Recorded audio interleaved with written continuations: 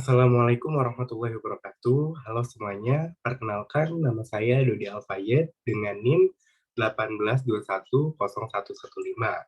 Saya merupakan mahasiswa aktif semester 6 jurusan Hukum Keluarga Islam Fakultas Syariah UIN Maulana Malik Ibrahim Malang.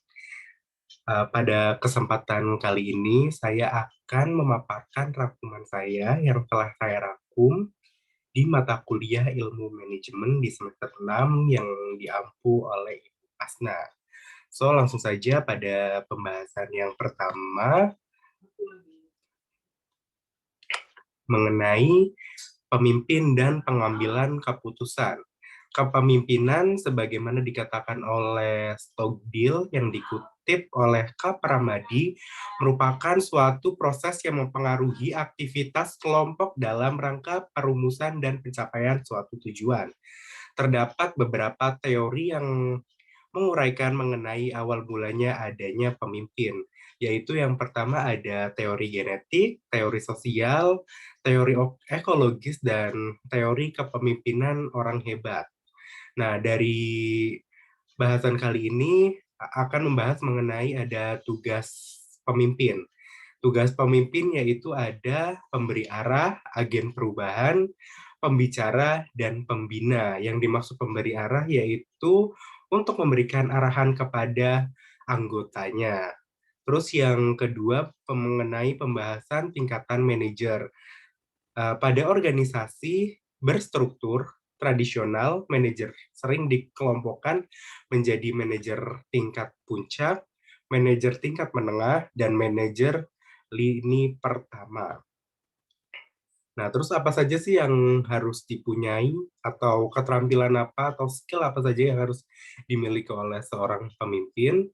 Menurut pendapat Katz pada tahun 1970 yang mengemukakan bahwa setiap manajer membutuhkan minimal 3 keterampilan dasar, yaitu yang pertama ada keterampilan konseptual, yang kedua ada keterampilan yang berhubungan dengan orang lain, dan yang terakhir yaitu keterampilan teknis. Maka pada umumnya keterampilan manajerial yang dibutuhkan oleh seorang manajer yang efektif adalah sebagai berikut. Yang pertama ada keterampilan konseptual, keterampilan kemanusiaan, keterampilan administratif, dan keterampilan teknis. Lalu mengenai pengambilan keputusan manajemen konvensional adalah manajemen konvensional merupakan manajemen yang dimiliki para pekerja berasal dari warisan nenek moyang yang disebarkan melalui mulut ke mulut dan selalu diwariskan kepada generasi selanjutnya serta berkembang karena gagasan-gagasan yang pernah ada.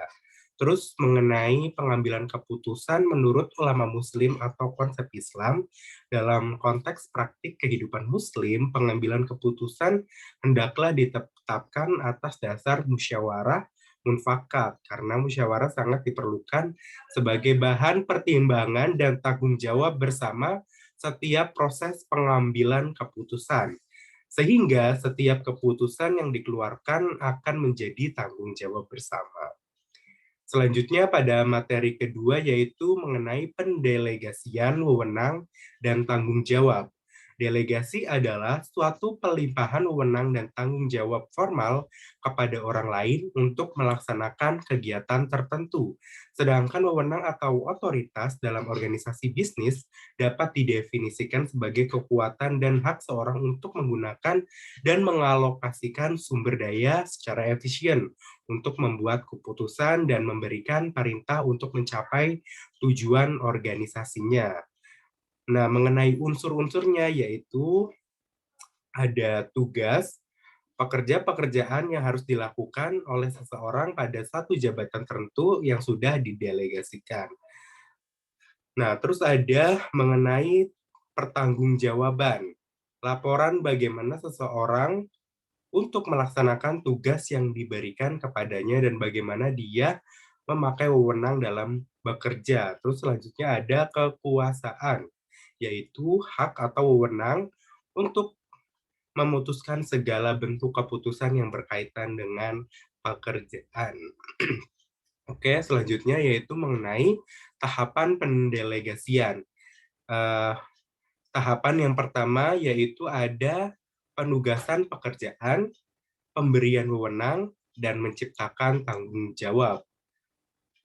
Nah, adapun tanggung jawab itu sendiri, menurut konvensional atau tanggung jawab manajemen, merupakan eh, seorang diberi keharusan untuk melakukan semua kewajiban tugas-tugas yang diberikan kepadanya sebagai akibat dari wewenang yang diterima atau dimilikinya. Terus tanggung jawab menurut Islam adalah tanggung jawab terhadap Tuhannya, habluminallah, tanggung jawab manusia kepada manusia atau kepada sesama manusia, habluminanas, dan yang terakhir yaitu tanggung jawab manusia kepada lingkungan sekitar. Selanjutnya mengenai materi yang ketiga yaitu proses dan koordinasi manajemen. Menurut Leslie W. Ru garis miring Lloyd Lee Byers mengatakan proses manajemen akan dapat dimengerti dengan 3 unsur penting. Yang pertama yaitu ada manajemen tasks atau tugas manajemen. Yang kedua yaitu ada manajemen rules atau aturan manajemen. Dan yang ketiga atau yang terakhir yaitu ada manajemen skill atau keterampilan manajemen. Nah, unsur manajemen sendiri yaitu ada 3 macam tadi.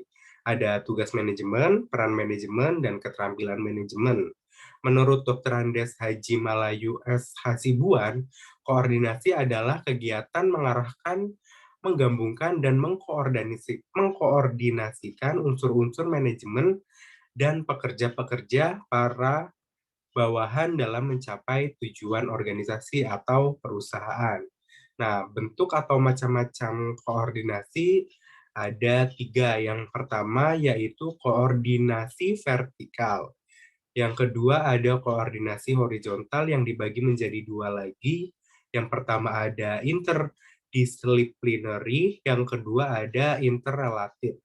Terus yang ketiga mengenai macam-macam bentuk koordinasi adalah koordinasi fungsional. Ciri-ciri koordinasi yang pertama ada tanggung jawab koordinasi terletak pada pemimpin, yang kedua ada koordinasi adalah suatu usaha kerjasama, terus yang ketiga ada proses yang terus-menerus, continuous proses, yang keempat ada adanya pengaturan usaha kelompok secara teratur, dan yang terakhir ada konsep kesatuan tindakan yang merupakan inti dari koordinasi. Terus mengenai fungsi koordinasi adalah di sampingnya adanya fungsi perencanaan, penyusunan, pegawai, pembinaan kerja, motivasi, dan pengawasan, di mana tujuannya adalah untuk keberhasilan suatu organisasi tersebut. Selanjutnya, materi yang keempat, yang keempat mengenai model pembelajaran. Model pembelajaran adalah cara atau teknik penyajian bahan ajaran yang digunakan oleh guru pada saat menyajikan bahan pelajaran baik secara individual maupun secara kelompok. Nah, ciri-ciri dari model pembelajaran yang pertama ada model pembelajaran merupakan rasional teoritik yang disusun oleh para pencipta atau pengembangnya. Yang kedua ada berupa landasan pemikiran mengenai apa dan bagaimana peserta didik akan belajar. Dan yang ketiga yaitu tingkah laku pembelajaran yang diperlakukan agar model tersebut dapat dilaksanakan dengan sukses dan lingkungan belajar yang diperlukan agar tujuan pembelajaran itu dapat tercapai. Nah, model pembelajaran sendiri memiliki beberapa jenis. Ya, yang pertama yaitu ada model pembelajaran kooperatif, merupakan salah satunya yaitu merupakan model pembelajaran kooperatif, di mana model pembelajaran yang mendukung pembelajaran kontekstual. Sistem pembelajaran kooperatif ini dapat didefinisikan sebagai sistem atau kerja kelompok yang terstruktur, dan memiliki beberapa manfaat. Yang pertama yaitu ada saling ketergantungan positif, tanggung jawab perseorangan, tatap muka, komunikasi dengan anggota kelompok, dan mengevaluasi setiap ketika melakukan suatu pekerjaan atau selesai melakukan suatu pembelajaran. Nah, fungsi dari model pembelajaran sendiri ada beberapa macam. Yang pertama yaitu ada pedoman bagi para perancang pembelajar dan para pengajar dalam merencanakan kegiatan pembelajaran. Yang kedua ada pedoman bagi dosen atau guru dalam melaksanakan pembelajaran, sehingga dosen atau guru dapat menentukan langkah dan segala sesuatu yang dibutuhkan dalam pembelajaran tersebut. Terus yang ketiga yaitu memudahkan para dosen atau guru dalam membelajarkan para mudiknya guna mencapai tujuan yang ditetapkannya. Dan yang terakhir yaitu membantu peserta didik memperoleh informasi, ide, keterampilan, nilai-nilai, cara berpikir, dan belajar bagaimana cara untuk belajar untuk mencapai tujuan pembelajaran tersebut. Selanjutnya, materi kelima mengenai dinamika kelompok.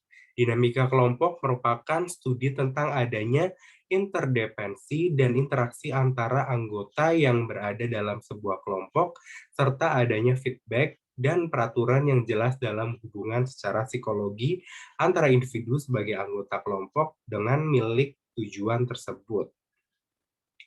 Persoalan dinamika kelompok atau kohesi persatuan, motif atau dorongan, struktur, pimpinan, perkembangan kelompok. Terus memahami karakteristik dan pengorganisasian tim. Tim memilih anggota dengan keterampilan yang saling melengkapi dan menghasilkan sinergi melalui upaya yang terkoordinasi yang memungkinkan setiap anggotanya untuk memaksimalkan kekuatan mereka dalam meminimalkan kelemahan yang mereka miliki. Pengorganisasian tim adalah langkah untuk merancang struktur formal, menetapkan, menggolongkan, dan mengatur berbagai macam kegiatan, dan menerapkan tugas-tugas pokok. Lalu, hambatan dan solusi efektivitas tim. Hambatannya yang pertama yaitu ada kurangnya kepercayaan antara anggota tim, kekuatan terhadap konflik, kekurangnya komitmen dalam tim, menghindari pertanggungjawaban, dan ketidakpedulian terhadap hasil yang diperoleh tim. Terus solusinya bagaimana? Solusinya yang pertama yaitu membangun kepercayaan dalam tim, mengatasi rasa takut terhadap konflik, menumbuhkan komitmen dalam tim, menjalankan pertanggungjawaban dalam tim, dan yang terakhir yaitu memfokuskan potensi yang ada pada tim dan hasil yang diraih. Oke, materi selanjutnya yaitu perencanaan dan ruang lingkupnya. Perencanaan dan ruang lingkupnya merupakan proses mendefinisikan tujuan organisasi, membuat strategi untuk mencapai tujuan, dan mengembangkannya rencana aktivitas secara dengan menggunakan cara kerja organisasi.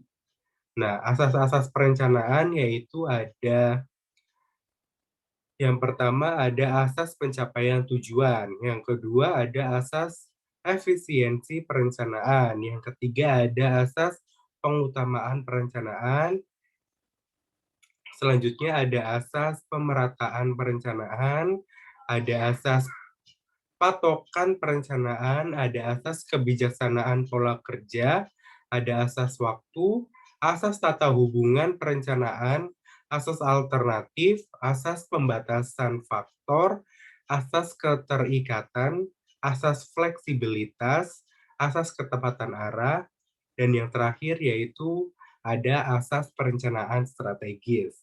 Lalu untuk jenis perencanaan yaitu ada beberapa, ada 3 macam.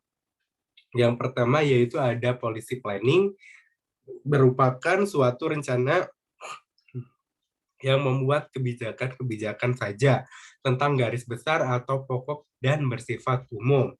Yang kedua yaitu program planning, merupakan perincian dan penjelasan dari policy planning tadi. Terus yang ketiga atau yang terakhir yaitu operational planning, perencanaan kerja, di mana suatu perencanaan yang memuat hal-hal yang bersifat teknis seperti cara-cara pelaksanaan tugas agar berhasil mencapai tujuan yang lebih tinggi.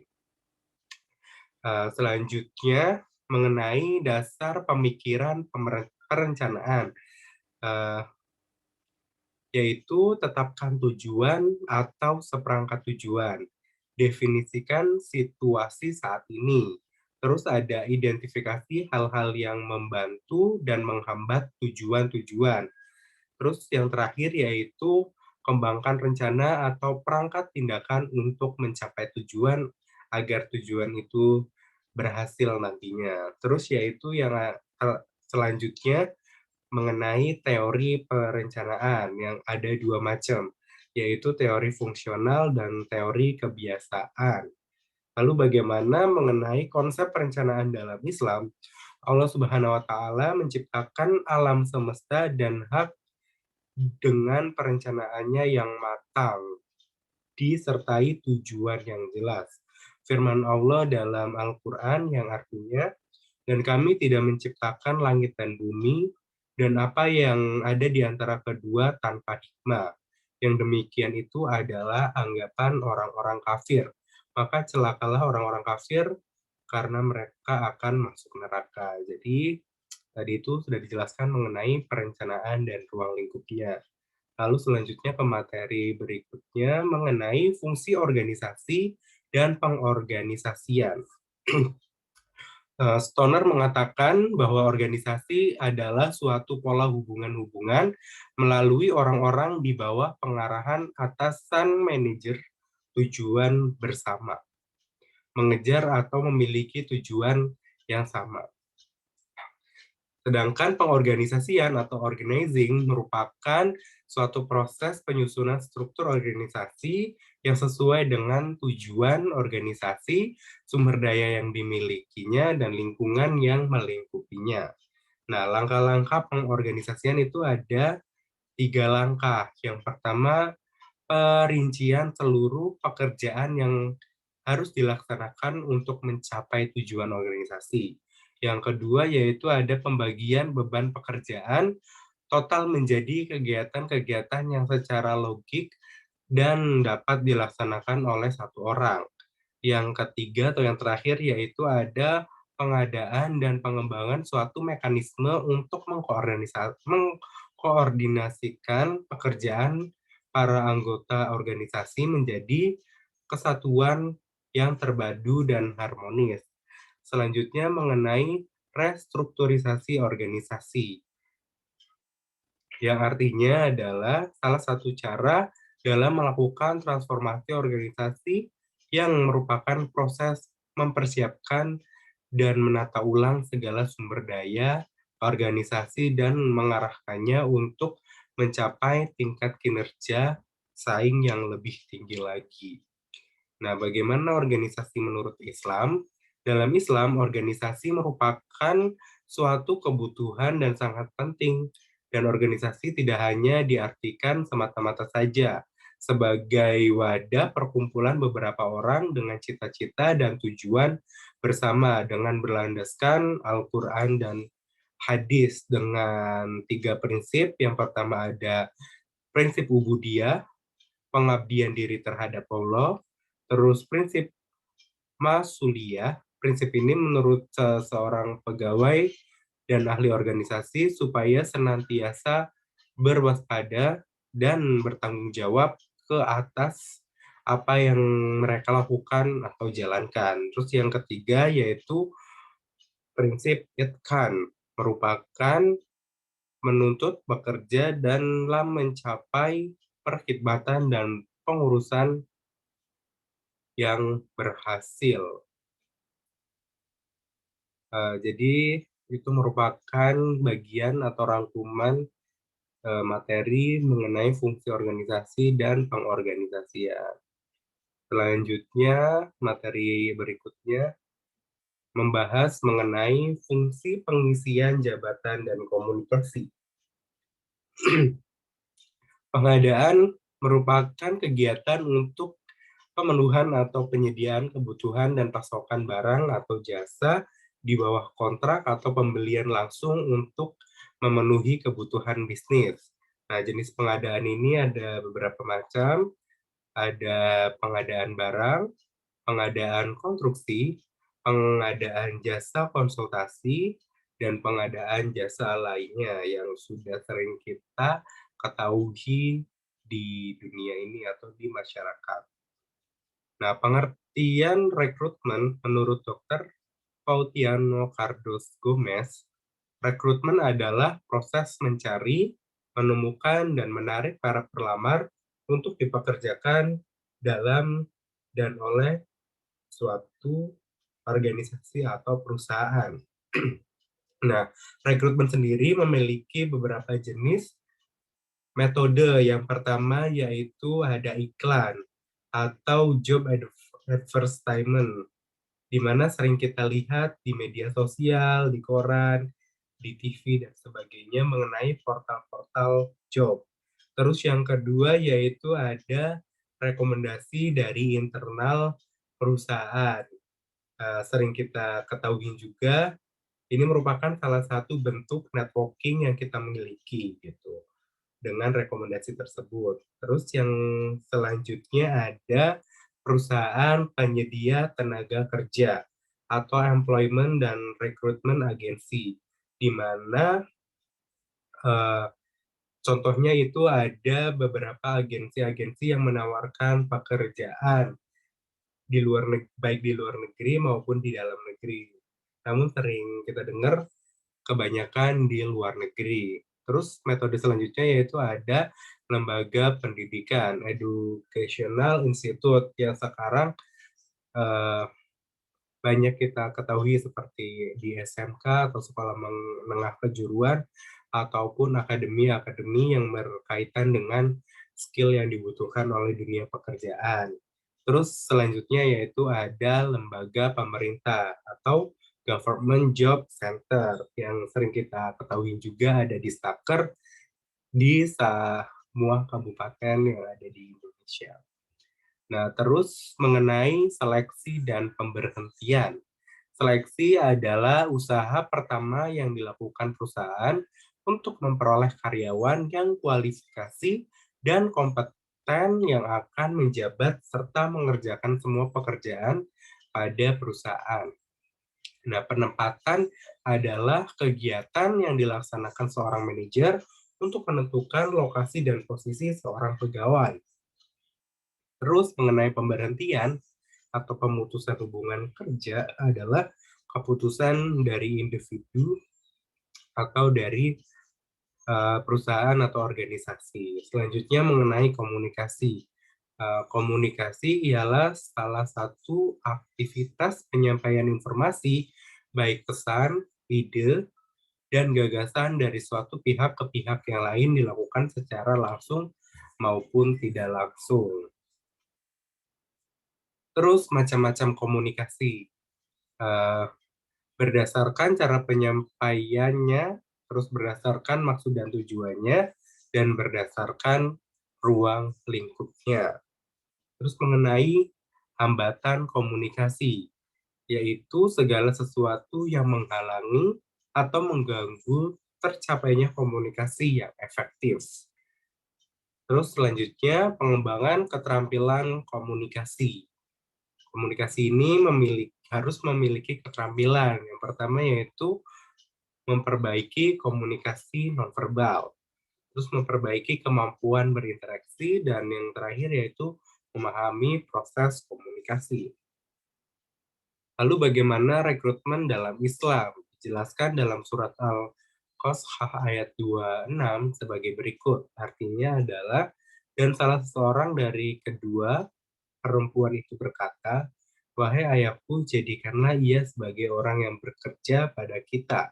Sesungguhnya orang yang paling baik yang engkau ambil sebagai pekerja pada kita, ialah orang yang kuat dan dapat dipercaya."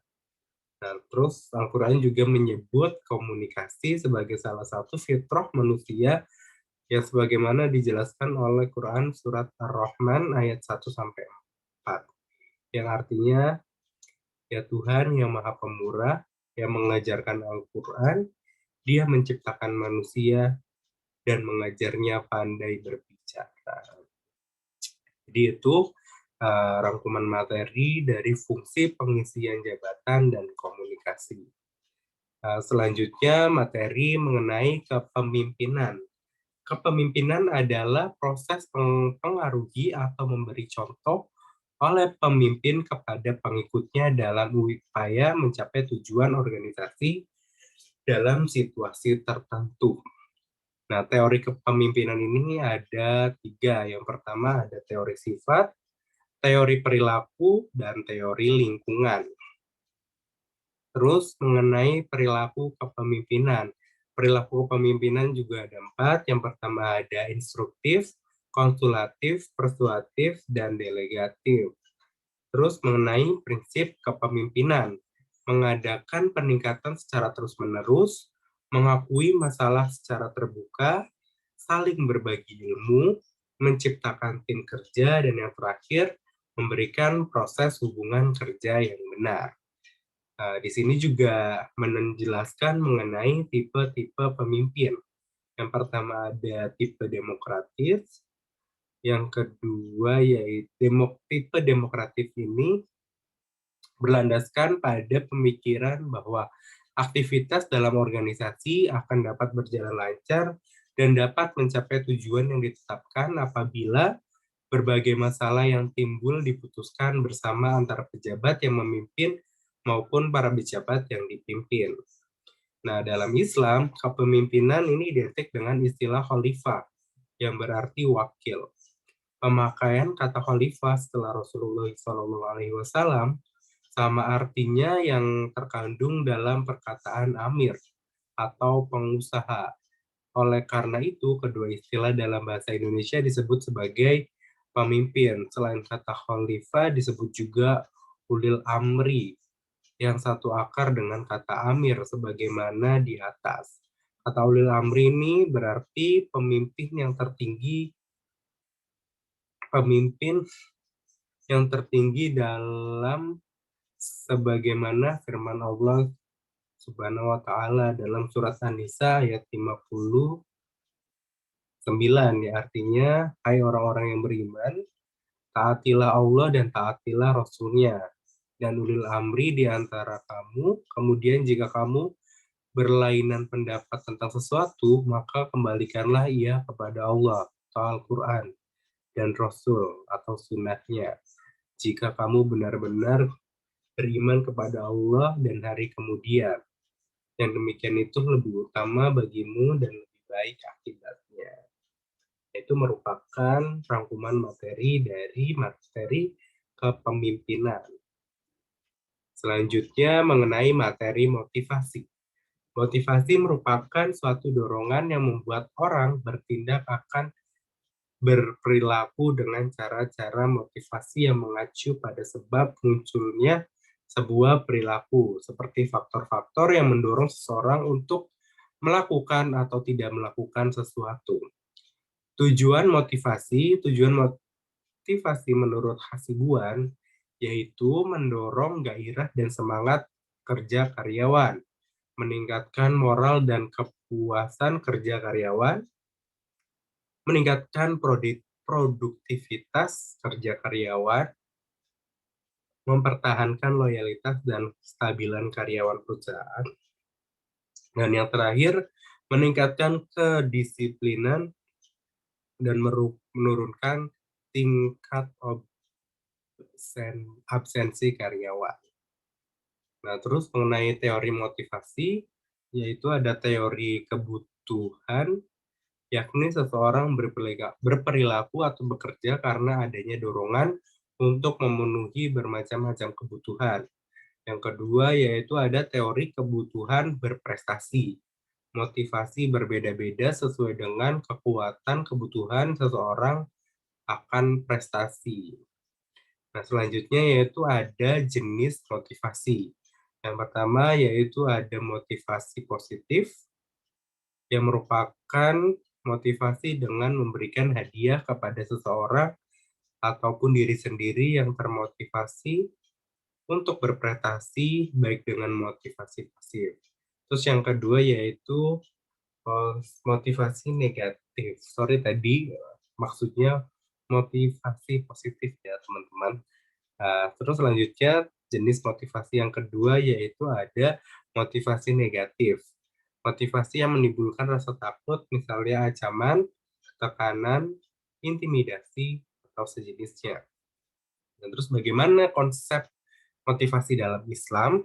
Al-Quran banyak memberikan motivasi dalam mengembangkan akal pikiran dan juga memotivasi agar meyakini adanya kemahakuasaan dan keagungan Allah Subhanahu wa taala. Dalam kaitannya dengan tingkah laku, keagamaan motivasi tersebut penting untuk dibicarakan dalam rangka mengetahui apa sebenarnya latar belakang suatu tingkah laku keagamaan yang dikerjakan seseorang. Dalam Quran Surat Al-Baqarah ayat 216, yang artinya, dan boleh jadi kamu membenci sesuatu, tetapi ia baik bagimu, dan boleh jadi kamu menyukai sesuatu, tapi ia buruk bagimu, dan Allah mengetahui, dan kamu tidak mengetahui. Nah, itu jadi teman-teman mengenai materi motivasi. Selanjutnya, mengenai materi manajemen internasional dan sumber daya manusia. Manajemen internasional adalah manajemen organisasi yang dilaksanakan bisnis di lebih suatu negara yang merupakan perwujudan dari adanya perkembangan ekonomi global. Nah, dasar fundamental manajemen internasional adalah semua negara di dunia telah menyadari akan pentingnya kerjasama internasional untuk mengatasi masalah nasional yang tidak dapat dipecahkan di negara sendiri, tetapi perlu bantuan negara lain yang mempunyai kemampuan lebih sehingga dapat menolongnya dari kesulitan.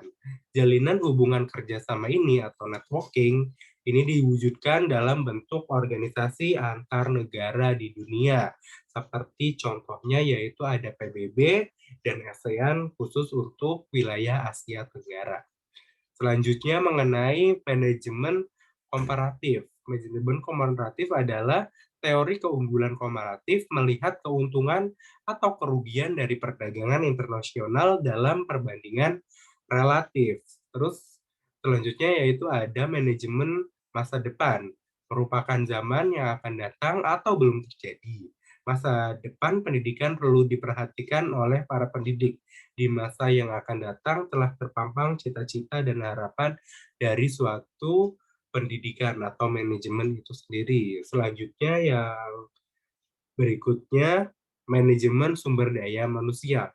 Adapun tujuan utama dari manajemen sumber daya manusia adalah meningkatkan kontribusi sumber daya manusia terhadap organisasi yang memiliki dua fungsi manajerial, yaitu planning, organizing, directing, controlling, dan fungsi operasional, pengadaan, pengembangan, kompensasi, pengintegrasian, pemeliharaan, dan pensiun.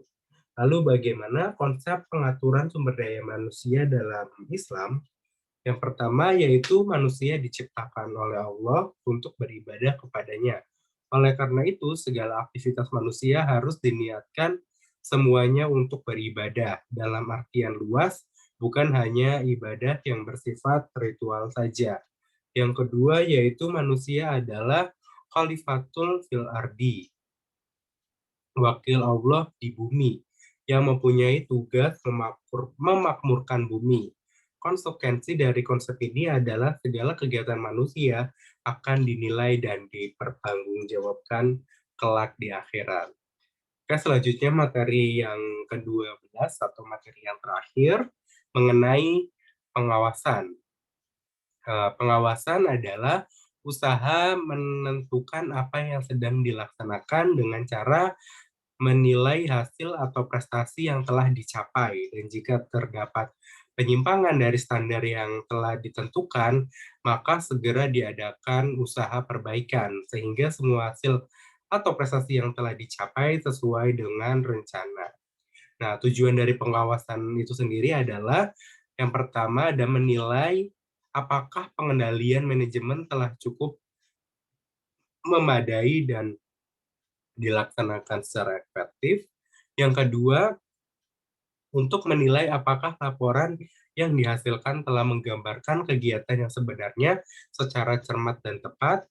Dan yang terakhir yaitu menilai apakah setiap unit telah melakukan kebijaksanaan dan prosedur yang menjadi tanggung jawabnya.